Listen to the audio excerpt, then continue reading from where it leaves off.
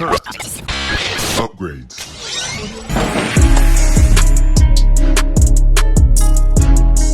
Welcome back, ladies and gentlemen, to another JVS movie review brought to you from the Toronto International Film Festival. This film here is called Nuremberg. Here's a quick synopsis. A World War II psychologist evaluates Nazi leaders for the Nuremberg trials. He becomes obsessed with the understanding of evil and forming a disturbing bond with Hermann Göring. And here is the director, James Vanderbilt, and it stars Russell Crowe, Rami Malek, Leo Woodall, and Michael Shannon. Now, I've said in the past before, and I'll keep saying it because this is something that needs to be spoken about.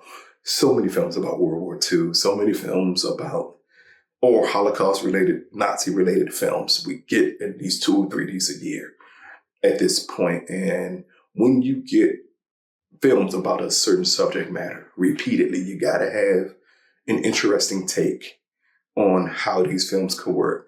And with Nuremberg, what we have very interesting here is that relationship between Douglas, that's who Rami Malek plays, and Herman, that's who Russell Crowe plays. Herman is the second leader, the second in command of the Nazi regime. And he was the one who was caught after Hitler was killed. And that's what and how the film opens up, as we see Herman being brought in by the armed forces. And then we get to see the setup of what war trials look like and how that's going to take place in the film here. But then at the same time, we get to see Douglas as he's interviewing Herman, just to get to see how he ticks, get to see how he moves, get to get information about his family. Here it becomes that sick psycho bond between someone who's absolute evil and someone who needs to know everything humanly possible about this evil person.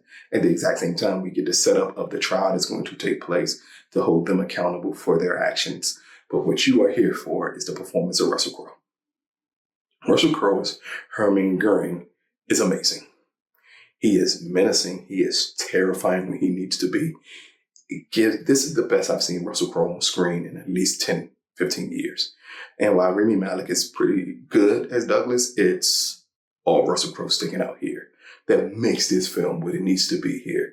Along with this is just being a history lesson for people. And I think that's what you get with a lot of these films about World War II, especially anything that focuses on the Holocaust. It's going to be, how can you take these historic, tragic moments and put them on screen to make an audience intrigued to get to know more.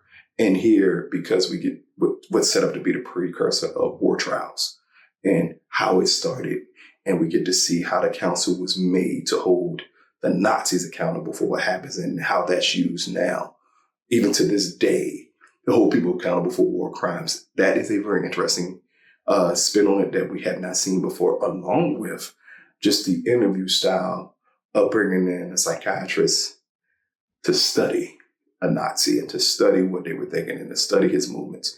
And then we get to see Hermann Göring, who, in all honesty, the whole time was just lying just to save face with the psychiatrist and bring him deeper and closer into him. And we get to see the makings of a madman, the ticking of a madman, the ticking of an evil man that understands, like, okay, in the end here, I just need to make you believe everything I'm saying. And then you'll perpetrate it to the rest of the world, and it'll make me look a certain way.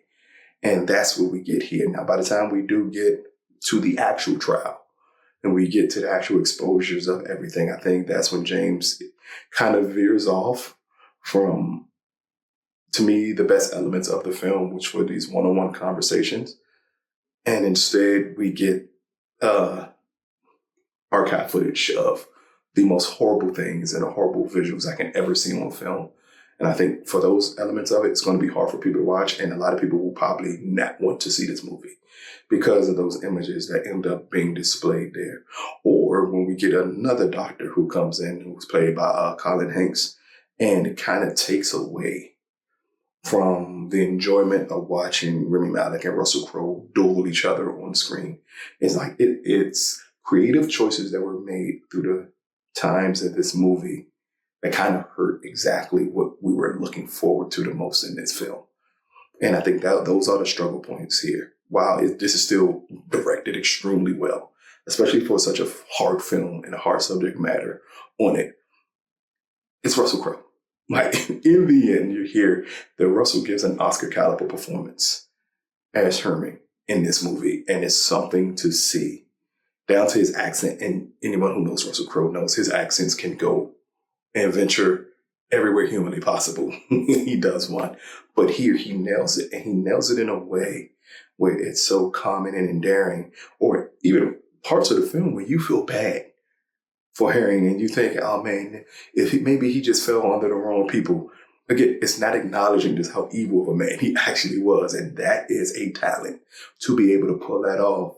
And for James to even go down the path of saying, hey, if we paint him in a more sympathetic way, just to help and reveal to the audience just how evil this man was, I think it could take it to another level. And that's what we do get here with just a performance that's just taken to another level of exactly what it means to have a talented actor step into a role or into a film of a subject matter that has been explored countless times at this point. But Nuremberg, brought to you by the Toronto International Film Festival. Out of a possible 10, I'm giving this movie an 8 out of 10. And out of that 8, at least 6 of them are for Russell Crowe's performance. Like, his performance is that good in this film. And again, it's not to say that Rami Malek is not good in this movie. He's definitely good in this film.